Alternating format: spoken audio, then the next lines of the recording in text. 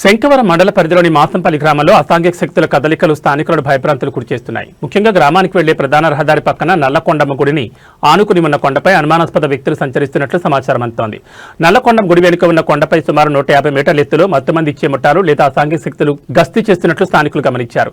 రహదారికి సమీపంలోని ఈ కొండ ఉండడంతో అటుగా వెళ్లే ప్రయాణికులు, పశువుల కాపర్లు మరియు భక్తులు తీవ్ర భయాందోళన వ్యక్తం చేస్తున్నారు. ఈ రహదారి గుండా వెళ్లేవారు, ముఖ్యంగా ఒంటరిగా వెళ్లేవారు అత్యంత జాగ్రత్తగా ఉండాలని సూచించారు. కొండ ప్రాంతంలో లేదా రహదారి పక్కన కొత్త వ్యక్తులు కనిపిస్తే వెంటనే స్థానిక గ్రామ పెద్దలకు కానీ పోలీసులకు కానీ సమాచారం అందించాలి.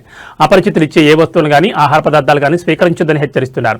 ఈ ప్రాంతంలో మత్తు బృందాలు తిరుగుతున్నాయనే వార్తలతో మానంపల్లి మరియు చుట్టుపక్కల గ్రామ ప్రజలు బిక్కుబిక్కుమంటున్నారు.